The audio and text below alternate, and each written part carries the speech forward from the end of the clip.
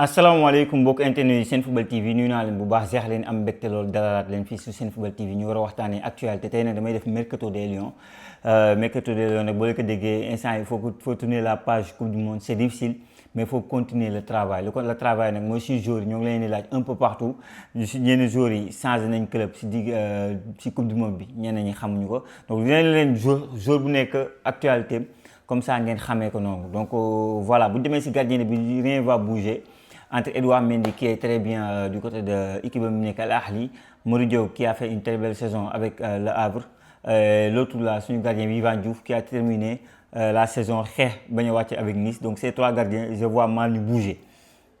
Koulibaly l'année dernière il a fait un an de contrat avec Al Hilal, même aussi ça il va pas bouger. Bon, quelqu'un qui c'est Niakhaté avec Olympique Lyonnais, il va pas bouger. Reste il y a des joueurs comme Malang Sarr par exemple, ñu ko don ciow lu bari actuellement il est libre de tout contrat manam man na dem fu ko neex jamono bi mom mi di Malang Sarr. On parle beaucoup de Al Hilal manam Al Hilal bu Kalidou Koulibaly bi ngi ñuy wax. C'est-à-dire histoire ak doy war temps yi ñoo supposé né Koulibaly ki ka mo empêcher Malang Sarr ñëw équipe nationale du Sénégal Malang Sarr boobu mu ngi doon bañ mu ñëw équipe nationale ku metti mën na ko fekk Al Hilal xañ ko place am loolu damay wax nag loolu nag c'est des hypothèses comme mes messages et aussi encore une fois les preuves palpables qui fait que ñu ne li ñu loolu est-ce que dëgg la du dëgg la fu mercato moo ko wax quoi li wax ne Malang Sarr Koulibaly sawar aussi yooyu noonu parce que am na ñu ma gis seen commentaire ñu bind loolu et c'est normal aussi il faut vérifier l'information à voir est-ce que loolu dëgg la gars yi yeneen jours yi xam damay wax si moom Mamadou Sarr j'espère que il va faire une très bonne saison à Chelsea. Je trouve qu'avec Xabi Alonso, ça peut être déterminant. Par le passé, Xabi Alonso, surtout du côté de Leverkusen, il donne sens à des jeunes joueurs. Nous avons un potentiel, nous avons un leader aussi. Et je pense qu'un Mamadou Sarr peut bel et bien intégrer dans la stratégie. Donc, qui dit entraîneur espagnol, Xabi Alonso, du côté de Chelsea. Et ça peut être beaucoup intéressant pour notre Mamadou Sarr. Nous avons un talent. Côté Nobel Mendy, c'est officiel maintenant. Betis Séville maintenant Real veut que nous jël officiellement le joueur. Mu nek lu xamantene bon mom lañ doon xaar pour un jeune joueur gaucher qui peut se dire que j'ai l'avenir pour l'équipe nationale du Sénégal. Sénégalais aussi wolu ko am ci mom yakar que l'année prochaine il va faire la saison bi xamantene mom le Sénégalais di xaar du côté de Liga espagnole avec Real Vallecano. Keneen ko xam dama koy wax c'est Mikayil Ngor Faye, il va retourner à Rennes donc on va voir cette année qu'est-ce qu'il va faire avec Franck Hez entraîneur bi nekkoon du côté de Lens ngeen xam que Nice mu ñëw du côté de Rennes def une très belle saison deuxième partie saison bu baax du coup ba doon xëcc ko sax Ligue des Champions malheureusement mu ñu qualifié Ligue des Champions mais c'est de dire avec un autre coach on espère parce que Mikayil Ngor Faye fait partie de ce genre de joueur yu xamante ne honnêtement jusqu'à preuve du contraire ba nii dama am ci ñoom yaakaar ñu def la saison de carrière. Concernant Abdoulaye Ndiakhate Ndiaye, il reste du côté de Parme, ça va pas bouger du côté de l'Italie. Mais il y a des joueurs qui peuvent bouger, hein, comme Ousmane Diop, qui est Midtjylland, qui peut bouger. Qui peut Danemark, dem championnat, style championnat France, style Serie A, style Belgique. C'est un joueur qui a d'énormes qualités. C'est un joueur qui souvent des vidéos sur mes vidéos, c'est parce que je suis un yakar. Même gardien, je suis un gardien qui est Norvège. Mamour Ndiaye jamono bi Saint-Étienne moo koy baaxel Saint-Étienne nag moo ngi nekkoon dem di jouer pour bañ a da doon jouer nan laa ko mën a expliquer pour mën a yéeg Ligue 1 moom ak Nice ñoo doon xeex playoff malheureusement Nice da ko écrasé carrément donc Saint-Étienne peut-être di nga am visibilité par rapport à la Norvège mu nekk un très bon gardien que je vois si benn bel avenir même pour l'avenir de l'équipe nationale du Sénégal je le vois parce qu'il est très fort sur penalty je pense que yéen a ngi gis boo leen bindee Mamour Ndiaye TikTok di ngeen gis lu bari par rapport ak ce joueur là donc bon les trop yi lan lañ mënoon wax si moom Krépin Diatta jamono bi il est libre de tout contrat libre de ses mouvements c'est officiel depuis bërki démb si je me trompe pas léegi jamono bi moom on a parlé de Burnley nag maintenant Championship je trouve que war na mën a am lu mieux que Burnley d'après ak le coupe du monde bu mu def nii pour moi c'est le Krépin, c'est le très haut niveau. En tout cas, moi je supporte Marseille, on me dit que Krépin c'est le latéral droit, je signe tout de suite. Il connaît le championnat en France, il a polyvalence, il peut jouer ailier, il peut jouer milieu terrain, il peut jouer latéral droit, piston, et des qualités, il a de l'expérience, il est assez agressif. Krépin reste un très bon profil pour beaucoup de clubs. À la place d'un Olympique de Marseille par exemple, moi je supporte Marseille, je vais Maintenant, on verra qu'est-ce que la bonne décision est. mais bu fekkoon dama ko doon conseil dama ne prends ton temps mon frère jarul yàkkamti tu as des qualités et équipe bu baax di ñëw au vu de ton âge et au vu du mondial que tu as fait encore une fois et tu es un international sénégalais faut pas l'oublier aussi. L'autre jour bi xam na wax El Hadj Malick Diouf bon man am naa samay information de gauche à droite concernant El Hadj Malick Diouf actuellement je peux vous dire que c'est un duel Aston Villa-Chelsea. Actuellement, c'est un duel Aston Villa-Chelsea pour El Hadj Malick Diouf.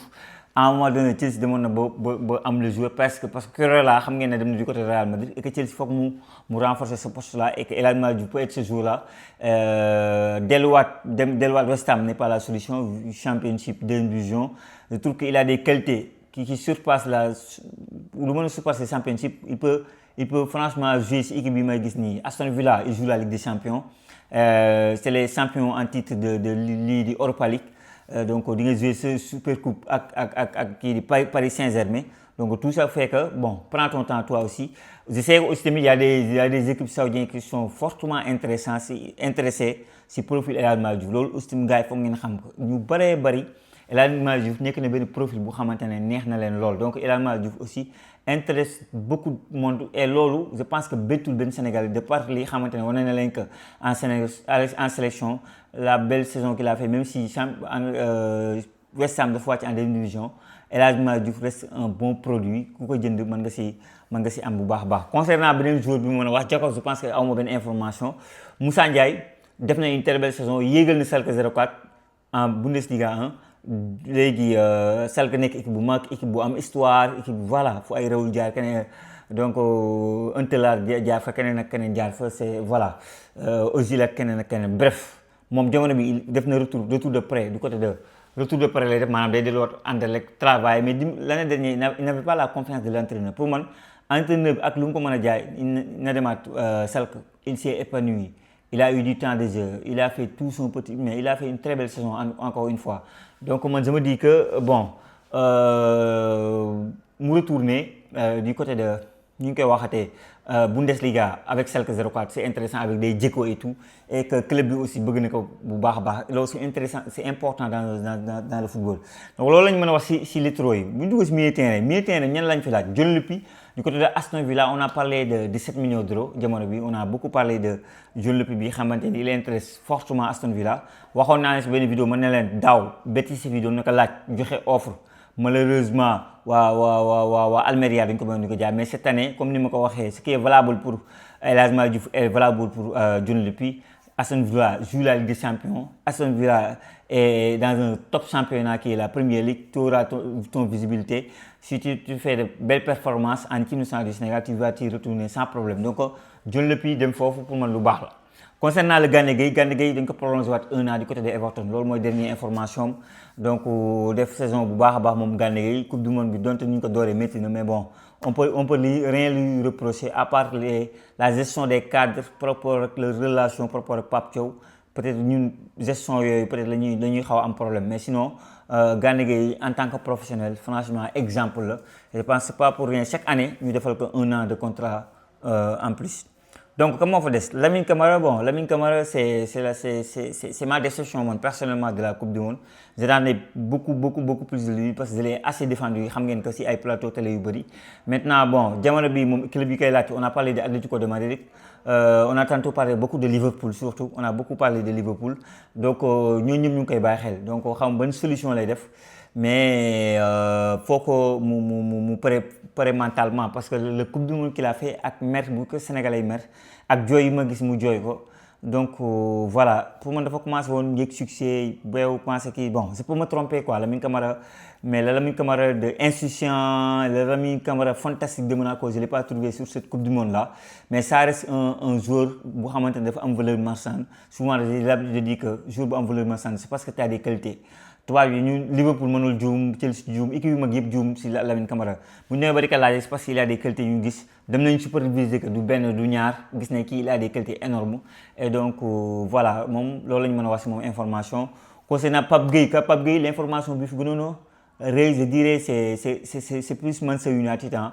Mais depuis lors, on a rien entendu de Pape Gueye plus, mais c'était beaucoup Manchester United. Et je pense que Pape Gueye il a dépassé le niveau de Villarreal et il doit aller dans un top club. Comme Walid, nous Walid Binek du côté de RMC, pour moi, c'est un joueur sous côté. Pour moi, il va jouer si il gagne max monde bi. Donc Pape Gueye a cette frappe de balle là, a cette intelligence dans son jeu, a cette qualité de faire jeu court, jeu long qui fait que pour moi dans un top club en Europe, pour moi c'est une faisabilité. Pape Gueye a largement les moyens de faire avec. Bon, concernant Habib Diarra, il va sûrement rester une année de plus du côté de Sunderland. Il n'y a pas d'informations qui concernent en tout cas. Partie, on verra, je lui verrai bien. Bon, une petite piste du côté de l'Arabie Saoudite, parce que tu n'as plus rien à prouver en Espagne. Mais il y a des informations concernant partie 6. Bon, qui d'autre si milieu terrain concernant Pape aussi, Pape c'est plus Brentford, hein. Pape Sarr, on a plus parlé de Galatasaray, Fenerbahçe et Brentford. C'est Brentford qui Brentford est en train de faire une saison yu gën yu mu def. Bu fekkee nag c'est un entraîneur boo xamante ne quand tu fais pas partie de ses plans, il te dit tout de suite tu ne fais pas partie de mes plans. J'espère que dina loolu bu fekkee loolu dafa am bokk na ni Pape Sarr tu ne fais pas partie de mes plans.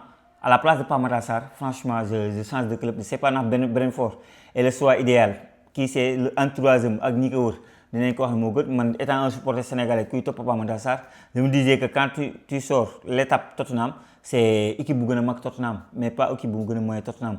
On verra ce que va décider de l'avenir concernant notre Pape Sarr. Je pense que c'est ça, hein, les autres milieux terrain sénégalais dégguma leen fenn un peu partout, sinon doon naa ko xam mais dégguma leen. Bara Sopaka Ndiaye, je pense qu'il va retourner du côté de Bayern Munich, foofu amuñu fa information. Ñu dem attaque bi Iliman Ndiaye c'est Manchester United, hein. À part Manchester United, Iliman Ndiaye dégguma ko fenn. À part Manchester United, Iliman Ndiaye dégguma ko fenn. On verra. Mooy li may wax rek am na interview yoo xamante ne quand boo ko defee ça ne m'a pas ay stade bi ma gën a neex man Iliman Ndiaye Old Trafford la ça me fait rêver équipe bu Manchester United di ma laaj. Donc tout ça fait que ba pare Liverpool da koy laaj, mais la rivalité Liverpool Everton fait que Manchester la supporter yi li Everton ak bëgg bi ñu bëgg si moom mu bokk si joueurs yi ëpp lu ñuy jaay ay maayam foofu Everton. Mbëggeel boobu ak cofeel boobu donte football du sentiment fait que Iliman Ndiaye va se dire bon je vais aller à Old Trafford avec un carré qui a réussi daaw à faire une très belle saison, pourquoi pas ma dem foofu épanouir. Et Manchester United reste un grand club. Loolu kenn mënu ko dindi. Bon yeneen joueur la laa mën a wax si moom Ibrahima Mbaye, je pense que gis ngeen ko Aston Villa Tottenham, gis ngeen tey information Ilay Camara Ibrahima Mbaye que pare na pour jóge fa. Paris nag ñoo ngi def le grand ménage, je sais pas pourquoi mais ñoo ngi def le grand ménage, parce que jaay nañu coréen bi du côté de Atlético pour 40 millions d'euros. Jaay nañu Gonzalo Ramos, c'est malheureux tey Espagne door nañ leen jaay nañ ko Milan AC. Donc cette fois-ci c'est Ibrahima Mbaye. Bon leur effectif ça commence à diminuer, même si ñoo ngi wax ay joueurs yu bëree bëri parce que Paris 2 fois quand même la jël Ligue des Champions du ñàkkul club bu ay joueurs yu ñëw seen club. Mais Ibrahima Mbaye, est-ce que le choix Aston Villa sera idéal? Mais je trouve que Unai Emery wane na boppam par le passé en mettant des jeunes joueurs. Je pense qu'il a mis la révélation Jackson pour moi, c'est lui. Nicolas Jackson, c'est Unai Emery moo tax mu libre, moo tax mu nekk à ce niveau-là. Si ay passage que ça soit même du côté de PSG, il donnait la chance aux jeunes joueurs de monter le temps. Ibrahima Mbaye fait partie des joueurs les plus yu xamante ne Sénégalais bokk am nañ ci ñoom yaakaar. Et avec un éducateur, formateur comme Unai Emery, il peut que progresser. Et encore une fois, Aston Villa joue la Ligue des Champions, c'est la première ligue. Et pour moi, dem Aston Villa, bon, voilà, pour moi, yàqul dara concernant donc un Ibrahima Mbaye bi xamante ne ñu koy laaj foofu. Keneen ko xam ne gis naa ñu koy laaj c'est clair te day dem muy Bamba Dieng jamono bi day dem fële Al Shabab xam ngeen ko parce que Habib Diallo fa la demoon et il avait échoué foofu noonu, mais nag di nga am sa wecc dina la fay xaaj bi waxtal. Et je pense que il s'est mis pare na équipe nationale du Sénégal Bamba Dieng, parce que quand tu vas à Arabie Saoudite doo Sadio Mané tuddoo Koulibaly tuddoo Edouard Mendy, ce sera difficile pour toi, surtout à Al Shabab ko nga ñëwoo la équipe nationale du Sénégal, ce sera difficile. Surtout qu'il y a des attaquants, les concurrents actuellement, dinañ am ay club yu baax. Donc pour Bamba Dieng, comment vous trouvez ce choix-là du côté de fële ñu koy waxatee Al Shabab wax leen ma seen xalaat concernant Sadio Mané yëpp ça va pas bouger bon kii Assane Diao aussi ça va pas bouger tey waxtaan naa ak moom luy jot naa waxtaan ak moom appel vidéo on a parlé mu nekk ku baax ñu xamante ne xam nga liggéey nga koy def nit ki ñëw na la tu es dans le bon chemin acteur du football bu nekk Sénégal tu es dans le bon chemin ça fait chaud au cœur nit ki ñi parfois soxla ñu xaalis mais juste un mot gentil rek ça peut faire leur journée quoi donc voilà bon gars yi mercato bi ni laa si bëggoon wax parce que su ma continuer ça va faire 20 minutes et bëgguma mu gën a gudd que plus que ça je pense que j'ai fait le tour de l'information mercato des Lions avec les jours à venir yenn yi dina gën a aboutir parce que gis nañu ay jours comme Issa Soumaré boobu dem du côté de Rennes l'autre jour wax naa si def naa si vidéo donc on verra lépp lu si mën a nekk actualité nekk ay xibaar les premières vidéos mercato des Lions la donc dañu leen doon tënkal de manière générale suñu joueurs yi mais après bientôt nank les informations lu muy gën a génn si concernant suñu joueurs yi dinañ ko jël boole ak mercato européen bi mélangé ko defal leen ko vidéo jox leen ko information donc mbokk yi li ma la woon vidéo bi ci commentaire wax leen ma seen xaar asan gis di jaajëfal naa leen wax leen ba beneen sur Senfootball TV